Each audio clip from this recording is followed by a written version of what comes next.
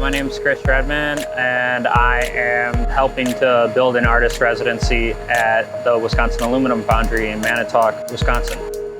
I think this program and what we're building over here allows people to see a different perspective. I think there's not a lot of great understanding from the general public on what happens in a foundry, how things are made.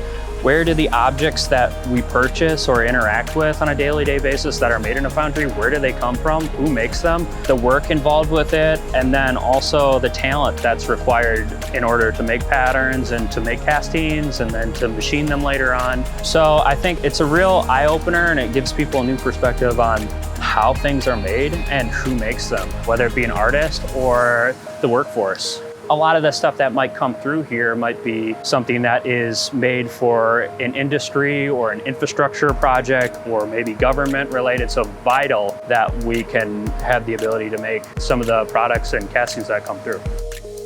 I think it's just important that we show what we're making and the problem solving involved. A lot of pattern making is just solving for problems, and a lot of art is trying to interpret the world around us and make sense of things or show your own perspective. And so I think there's a lot of different overlap where we can build something that's interesting for other people, and then hopefully people in the community can take something from it or maybe get interested in doing something similar.